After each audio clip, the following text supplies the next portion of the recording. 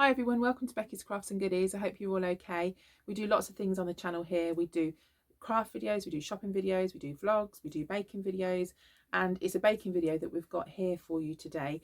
I like to try and do them every Wednesday now. I really enjoy making them and we really enjoy eating the treats we make. So it's a good excuse really. Now, if you are new here, then please consider subscribing. And if you've been with us for a while but you haven't subscribed, just check and click the subscribe button. And you can also hit the notification bell and that will notify you when I upload a video, and you can see if it's a video that you're interested in watching. So today we're going to now pop up to the kitchen and we're going to prepare all the things ready and make some millionaire shortbread. Right, so to start with, I'll run through the ingredients with you. Now this is for the shortbread. We've got 200 grams of unsalted butter. We've got 100 grams of caster sugar and also 275 grams of plain flour. Now I've also lined an 8-inch square baking tin, and all I do for that is put a little bit of margarine or something on the bottom, cut 2 rectangles out, put one side and one the other, and that's just how I line the tins. So I'll just put that to one side. Make sure you do that first. And then what we're going to do is to cream the butter and the sugar together until they're smooth. I'll just pop the butter into a bowl and the sugar. And what I'm going to do is just use one of these hand mixers to mix it round. You can use a spoon if you don't have a hand mixer, an electric mixer. I've got a KitchenAid. That would do it in no time, but this is just easier and it saves going over to the side of the kitchen. Do you know, sometimes when I use these, I feel like I need danger money.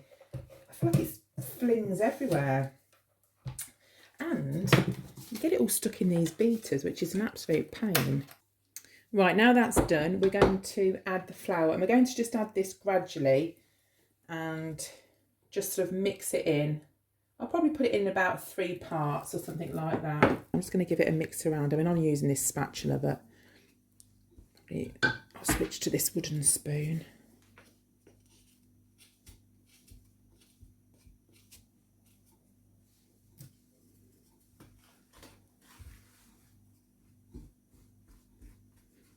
And when all that part's mixed in, just start and add the rest of the flour.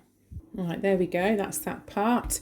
So what we're going to do now is just put it into our tin, and all you do, plonk it in and kind of smooth it down, and you can push it down with a back of a spoon. If you've got a spoon, that works just fine. There we go, so that's all smoothed down. And what you need to do now is to pop this in a preheated oven. It's gas mark 5 or 180 degrees, and it's going to go in for about 20 to 25 minutes. So the shortbread is now done and it's out the oven, and we have to leave this in the tin. And while that's just cooling down a little bit, we're going to make the caramel sauce. Now for this, we're going to put our margarine in a saucepan. Now if you wanted to make this dairy-free, just swap the margarine for some dairy-free margarine, and we're going to put some condensed milk in, and you can actually get vegan, which is dairy-free condensed milk, and I'll show you exactly what that packet looks like in a second. So you pour all of that in, just use your spoon to get that out, and I've got the vegan condensed milk here. Carnation, they make the same, and it's vegan condensed milk alternative, so you can pop that in instead of the normal one, instead of that one, if you need it to be vegan or dairy free. Change your margarine. If you want it to be gluten free, then you just need to change your flour that you use gluten free plain flour, and then it will be gluten free. So you can just, you know, swap it about. So now we're going to put the sugar in. That goes in as well, and also the golden syrup. Pop that in there, and then we're going to pop that on the hob, and we'll have it on a lowish heat to start with, stirring it around until the sugar's dissolved, and once that's dissolved, we'll turn the heat up slowly.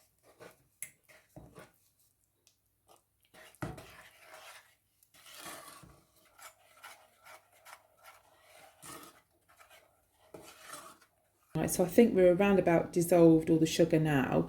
But a good tip to see if you have is get the spoon. You can get the back of a spoon or the front part and just get some and sort of drip it off. And if there are crystals of bits of sugar that hasn't dissolved, you will see them on the back of the spoon, and that to me looks like that's all dissolved nicely. So once that's done, what we have to do is to switch the heat up. So I'm just turning the heat up now, and we're going to stir it around about 5 minutes, and what will happen is the colour of the mixture will change and it will go more of a golden brown. But be really careful because it gets very hot, so just be careful with it. And once we're at that stage, we'll be able to pour it over the shortbread.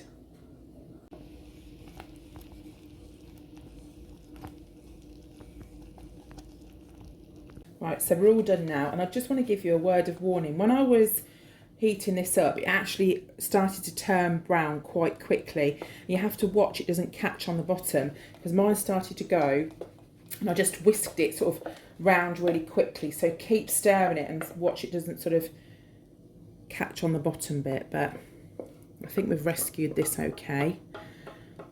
It tastes nice anyway. So I'm just going to pour all this into the tray, and what we're going to do is we're going to leave this for an hour just to set, and then we're going to put the chocolate, we'll melt the chocolate and put that on the top. So this has been about an hour now. We've left it for about an hour, and what I'm going to do is melt the chocolate. So I've got the 300 grams of milk chocolate in a bowl, and what I'm going to do is put it over the top of a saucepan, and I've got some boiling water in the saucepan, and we're just going to put this over like that. Just make sure that the hot water doesn't touch the bottom of the bowl. And what happens is the steam that comes off the water will actually melt the chocolate. Some people do it in the microwave, but I never melt chocolate in the microwave. I just prefer to do it this way.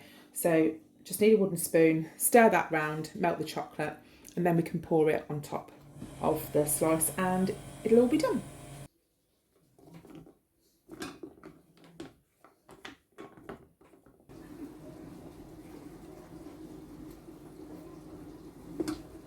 Right, so the chocolate's all melted, so I'm just going to pour it on top of the caramel, and then what we're going to do is put that in the fridge. It needs at least 5 hours, but I like to leave it overnight just to make sure.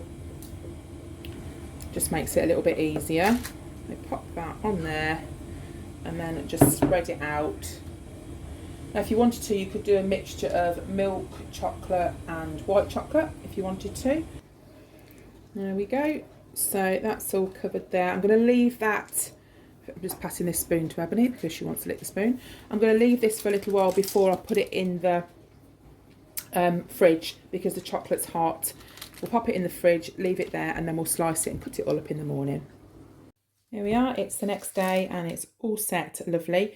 So what we're going to do, because we've got our bits of paper, you can just pull them and it will kind of loosen a little bit at the side. Now it is really quite a heavy mixture, so you just have to give it a gentle tug. I'm just going to move this pan to one side and then lift this over, and then I'm just going to peel this very carefully down the side here.